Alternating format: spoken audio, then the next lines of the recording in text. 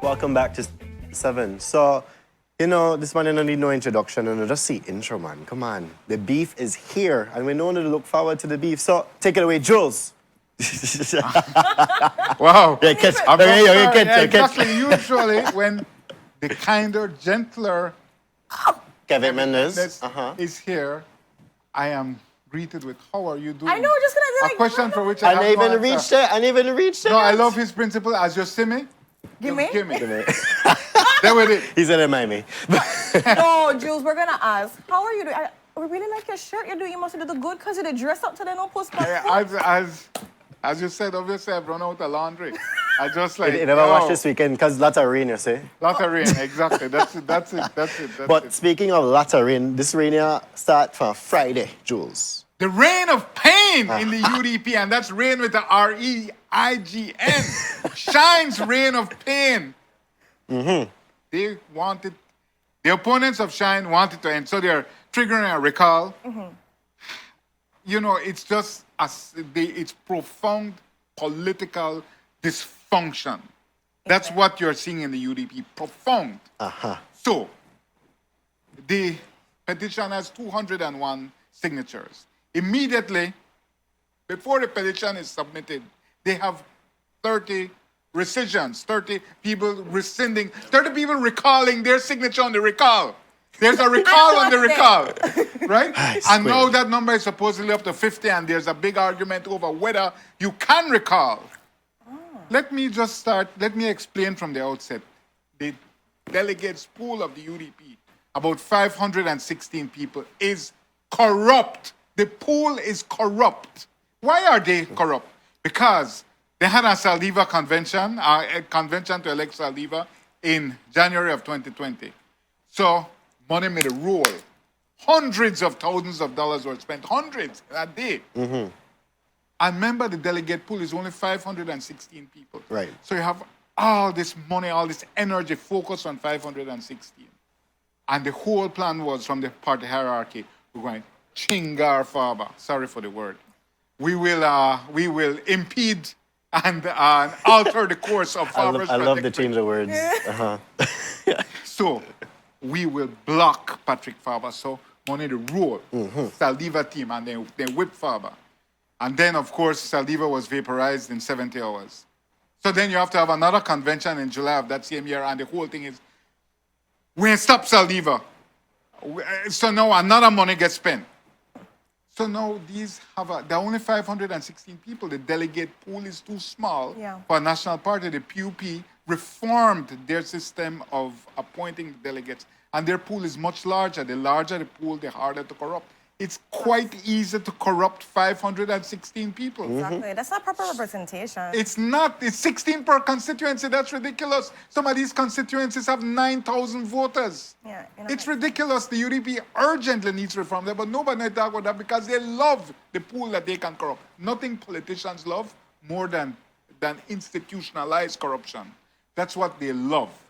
So now, you have a recall convention. You have to sweep up the delegates again, money again. Then you have another leader convention. You have to sweep up the. So I'm saying the pool becomes corrupt. So people get paid for sign the petition, then they get paid for unsign the petition. The pool is corrupt. Sign and unsign. And let me tell you about how these petitions look. These are not, as you kids like to say, say it with your chest.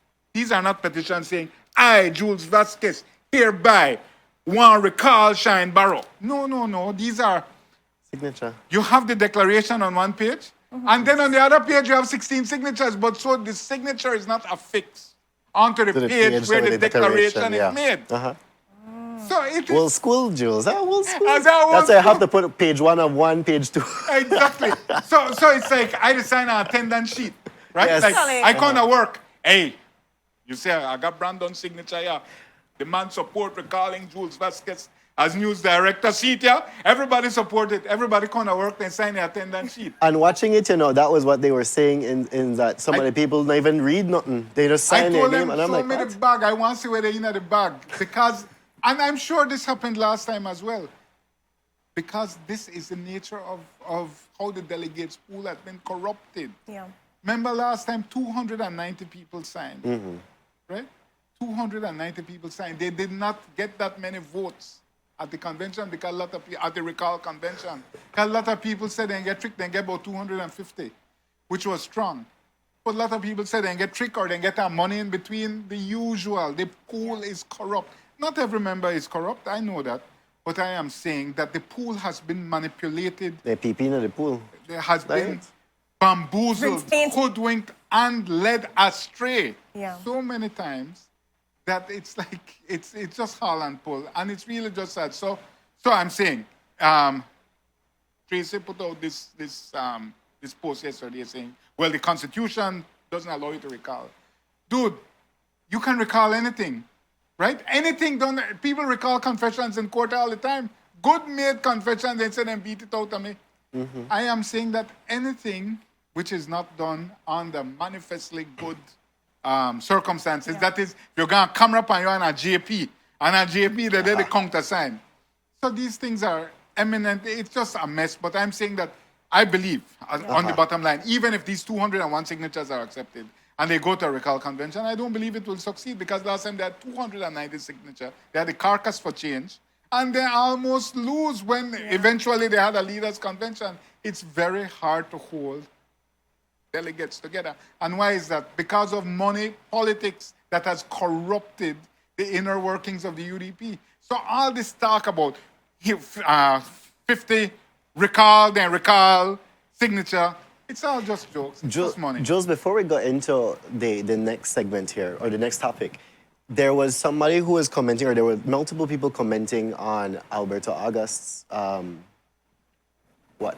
deflection on certain questions about where Shine do for making the trigger this recall and all of these things like that. And he's like, oh, we're not going down the road. But isn't this a party of the people? Why they not really say where they happen? Because that's for their party, no? Right. Well, I think that obviously Alberto August should not be the front man. The idea is now that Tracy will be the leader if Shine is recalled and if the recall goes through. But I think that it is hard to verbalize pathological hate. That's what they have. And I saw this in the PUP from 2008 to 2012. They could not come to terms with John Briceño leading their party. I remember that. Because he na one townsman, he a village man, he na Frande. This party, the PUP and the UDP have always been led by belief city personalities. It was inconceivable. It was unbearable for the powers that be within the party, or the historical powers, to allow John Briceño to lead the same way. They cannot. How can I verbalize when your existence offends me at the core of my being? How do I verbalize that? It's not like, I can't stand to look at you. Hater. But I believe they had verbalized on Facebook that he has failed to unify the party. Alberto had put it on Facebook. He has failed to unify the party. He has, I guess, other complaints. But my point is, you can't unify the party if you all are constantly undermining him, as he did to Faber. They are sick, profound political dysfunction. The things they are doing to him is what he did to them. You do me, I do you. Yes. You do me, I Turn do it you. back up. And Turn in the the next cheek. middle, So nobody is the will get democracy. anywhere. We are not entertained by the UDP's dysfunction. It is appalling. It is sickening. They're corrupt. He never signed a change the signature. Oh no, PFA changed it. And they pay off to sign it. I did tell you, there's some video that the Shine camp is circulating of a man who is, I don't want to be disrespectful to the senior man, but he's a whole gangster in this politics business. He said, well, how about then give me our money to sign the thing? Of course, send your money and then give your money for make the video. This is the level, this is how politics is. So we are not entertained. No. Get on our act together. What will happen? I believe the chairman will reject the recall petition based on the rescissions. Okay. From a purely tactical and strategic perspective, Shine has moved artfully in having these persons rescind their signatures in the game for what it is, a corrupt game. He has moved artfully to get these rescissions in place. as an attorney, you will know that if you have a paper with a blank paper with no declaration at the top and 16 signatures, as opposed to a direct message on a single paper saying, I, Jules Vasquez, XYZ, was tricked into doing this. You cannot. Hold up. It cannot stand. Yeah. It cannot stand. We know You that. can use their signature for anything going forward, Joe. Exactly. Attendance sheet, Papa. You just all of a sudden they're like, that not the same thing that I on the recall. I give some money, get your mouth up because apparently that what happen anyways. Right, but it also shows to the level of rigor. It shows the attitude of that Shine Barrow as a leader has a secretariat that is ready for war. This is a wartime secretariat, and that's what he needs. When Tony Herrera brought the last set of recall signatures in June of 2021, he was in there 10 minutes, and he came out because the Secretary General was our frequent guest on this show, Miss Bab.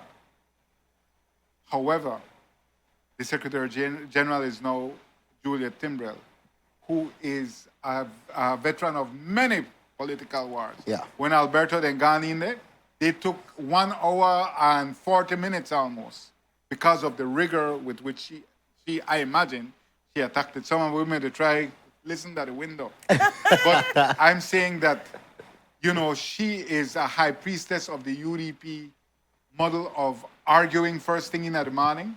You have to, and Alberto is a king of that. I'm just saying that it shows the rigor with which this is being challenged. Supposedly when it went in, they already had 30 rescissions. That shows how battle ready they are. Yeah. So the chairman will say the rescissions invalidate, the rescinding of the signatures invalidates the signatures. This will end up in court. This will end up in court. I could see it. Right? This will end up in court. And I'm no judge. I don't know what will happen there. But I see that my senses from what Michael Perifit said yesterday is that, yes, the Constitution is silent on rescissions. But it's also it's silent in all means. In terms of, it's just an understanding in common law, I suppose, that you can withdraw your signature. You can you can rescind. Yes, the Constitution doesn't say that if you do a recall, you can or can't rescind. So it's silent on it. That's what Mike Perifit said. Right. Right. So it's clear where he's leaning and what's going to happen. This will only continue. That's a bad Jules, one, though. as we're talking, you said something earlier about getting their act together. Now, we understand that somebody is on a certain road of redemption right now. Patrick Farber is a changed man. He's seen the light. And he's coming here to end the fight. Right, Without the blight on Shine's highlights. I just made Easy there, Shine. I mean, Jules. Yo, my name's Poe. Yo, Poe. So, anyway, my point is that Patrick Farber posted on Saturday, I believe, that, the interest of unity, we have removed from this Facebook page all posts which members of UDP National Party Council feel are not helpful to promoting such party unity as expressed in a letter. So he's finally, the ego, it's like you can't pass through the door because your head too big. Then finally pulling ahead and say, all right, I'm going to follow this ticket. But why did he do this? Because the day before, Ian Jones, the man who would replace him in Collett, got a letter from the nominations committee saying you're going to have an endorsement convention. This is October 21st, a Friday. Baba posted that on Saturday. the 22nd. Oh, wow. Saturday. Okay. Right? So if we can come back to the Ian Jones letter, Ian Jones receives a letter from the nominations committee of the UDP. You read the second paragraph. We are pleased to inform you that your application has been approved. You will duly be informed of your constituency endorsement convention in the Collett constituency. When Farber saw that, he's like, yo, them people serious. Because Farber knows he cannot run independently. As great and unbeatable as he is, he can't run independent. So when he saw this, He said, man, I need to get with the program. Of course. But the he deadline said not he- gone? What? The deadline not gone for The submit? deadline gone. The deadline gone. No, the deadline. He submitted. But But he remember, was it was rejected, rejected. right. So, but the deadline gone for make it take down a post, and people went to talk to him. They urged him to take it down, and he refused. But when this letter went out, quite by neat coincidence, the following day he posted it took it down. Of course, the problem is that it's like Jeffrey Dahmer on a house cleaning, right? Clean up all the human remains in your house. And like you clean it up and then they find like 2 fingers in at the fridge. You're like, I'm thinking then a hot dog sausage. The point is that Faber's page is so littered with anti-UDP smut that his page still has offending posts. He can't take all of them down because there are Not got so no many. content on your post. Yeah, I'm- Content on your Facebook. I'm saying there are so many, he would have to trawl through literally thousands of posts to find it because he's made so many anti-UDP posts. So he cannot invoke the Jeffrey Dahmer. Before we continue, Jules, I just got a message here that it was not the Secretary General when they tried to recall Patrick. There was no Secretary General at that time. When they tried to recall. Patrick. Okay, I thought it was Miss Bob who received the signatures. That I was outside, and that was my understanding. But I don't know who else they would have handed it to. But anyway, it was received ultimately by a sympathetic chairman, because it's really for the chairman. The Secretary General, I would imagine, just does the screening. And that's fine if there was no Secretary General in office. But I know the party had one. But still, it goes to the chairman. And chairman was sympathetic at that time to that recall, because obviously Mike Perfit has made no secret of his dislike for the personal proclivities of Patrick Faber, which is now, this is the issue that the UDP leadership Shine Barrow faces, because the UDP leadership is Shine Barrow. He's isolated. Is Patrick Faber, does he say, Boyan, step aside. We have the king of the Colette constituency, the unbeatable Patrick Faber. These are true things. He's unbeatable in the Colette constituency. He's untenable as a national candidate. Yeah. Why is he untenable? Because of videos like this. The one of him, the one that bumping. recently emerged of the headbutt, and then the one released by Nikisha Polanco, the mother of his child. Well, she captured this. Oh, the one in the house. And the one in the house of Nikisha Polanco, and the one of him outside the house. Oh, okay. That's the one outside Nikisha's home in Los Lagos. She says inexplicably stalking her home. I don't know. I don't want to get into their business and what was happening there. But my point is that, so Shine Barrow has to make a decision. This is a game of 16. 16 is what you need to run this country. Yeah. They have 5. Right?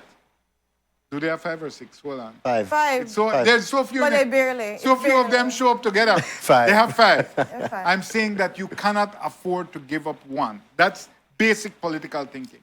Faber is one. He's the strongest one. You can't afford to give that up. That's basic political logic.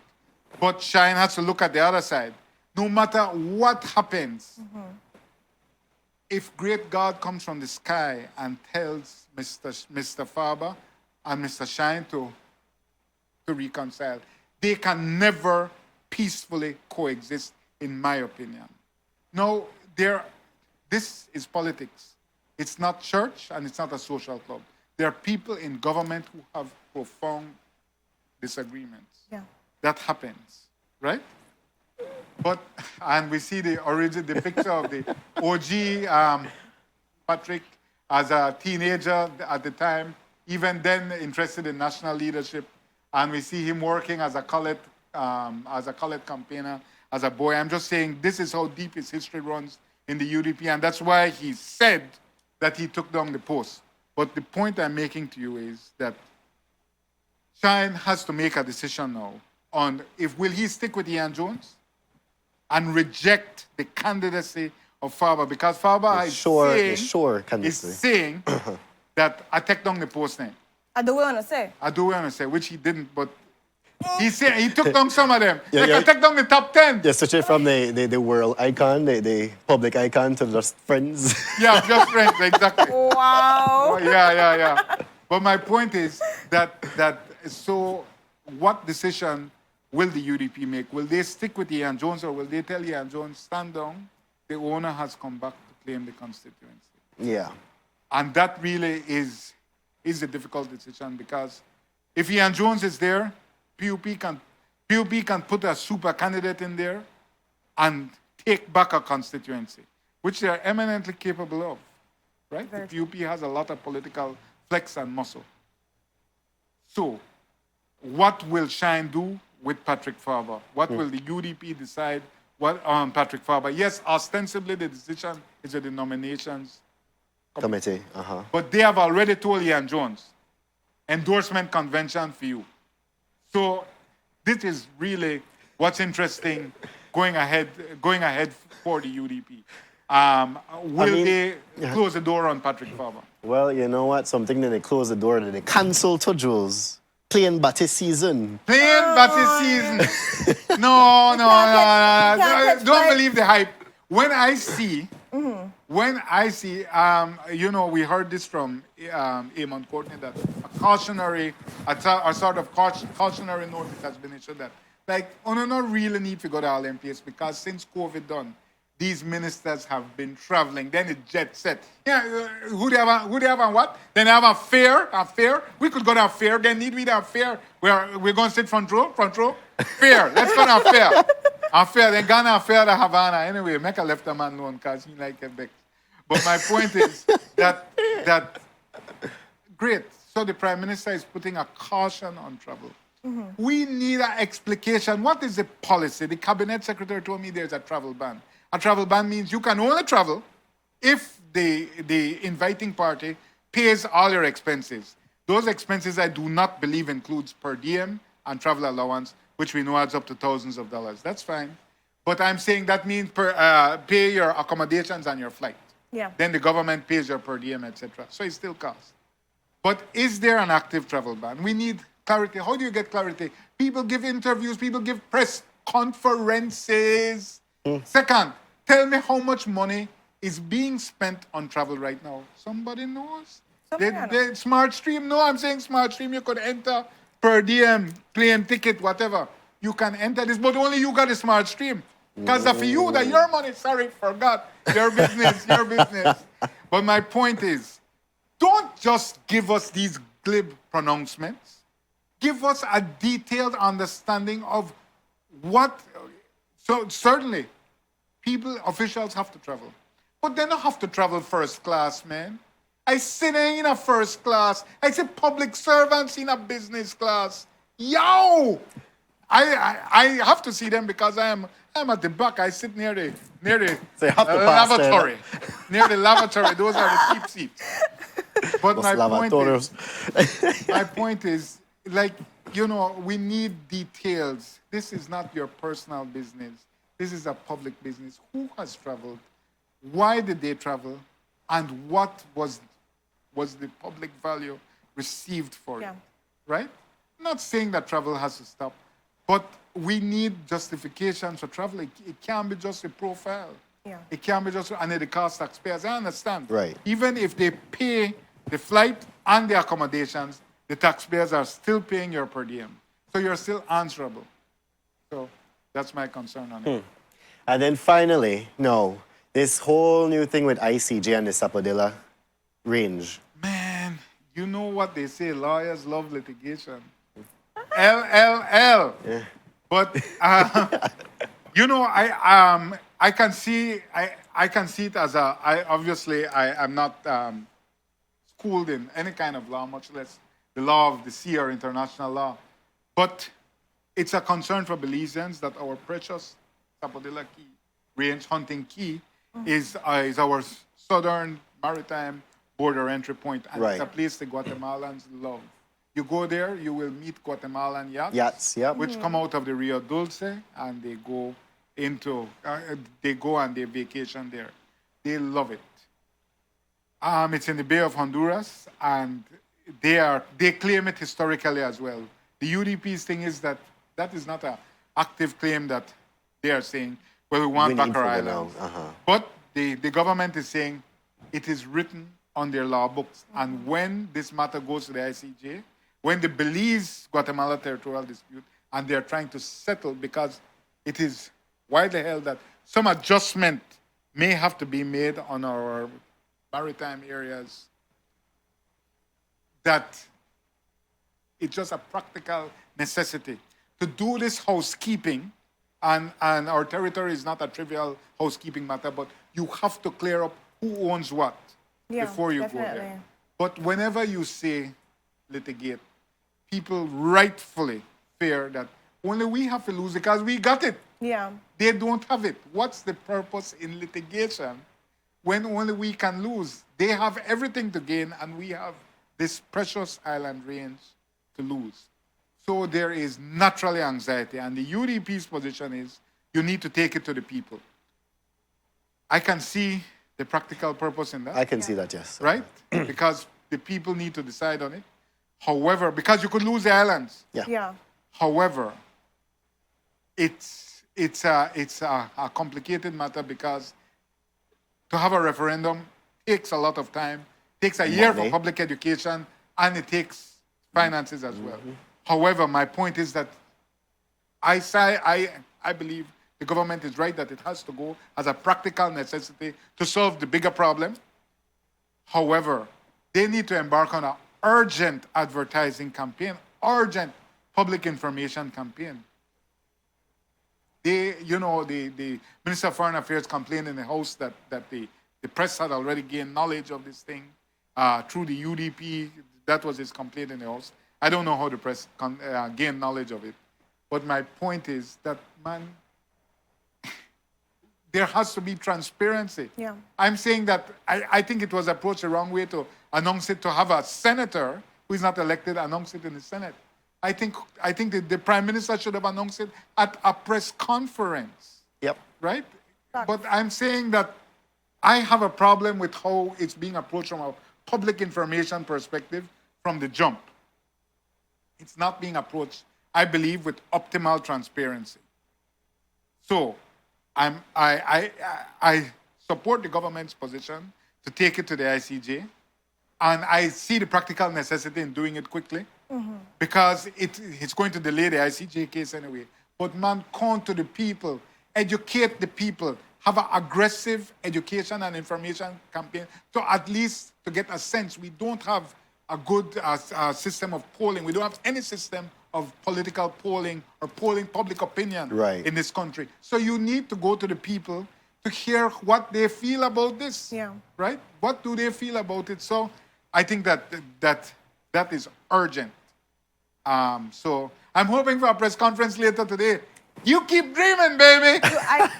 Wish on the stars, Jules. Wish on the stars. Wish on the stars, and maybe you catch a cloud. Look at it, it's another fairy tale. It's not this. Yeah, exactly. This It's a is real another. life. This Could be, if we wish hard enough. Easily. But we've come to the ending of our Tuesday morning tacos. Tuesday tacos, 25 minutes. And you in did time, I'm proud of you. You did decent time, and I never had to tell you, Jules. Yeah, I didn't get the grill too hot because there's no grill, because it's tacos. But because I'm mostly Stew the it. tacos got a lot of recado. Beef tacos, but with extra recado. I see you. That's what it is. So the grill that was served on Monday, I never deal with that because I'm done cooked, and it just made the rest with the recado and marinade. And you never showed Liar, me no. about- The liar, didn't no. shout. You You just realize never you watched never it. Just like, never watched no. the grill. I Done. never knocked the desk, and I never showed. This is a kinder, gentler me. It's Because not of, That is shirt. That is sure. no, because we had the Diwali yesterday. That was a vegetarian special. I couldn't come on because I would have been accused of being a Hindu cow, which you know are sacred animals. Anybody who can follow that, yo! Oh my God. Lord have mercy. I think we're going to a commercial. We're definitely break going on to a that. commercial. And with that, guys, we cut to commercial break. And when we're back, we're going to be talking about dementia and Alzheimer's, a great workshop scheduled for October 26th. Stay tuned. We'll be right back. I'm going to sunrise. I'm not sure.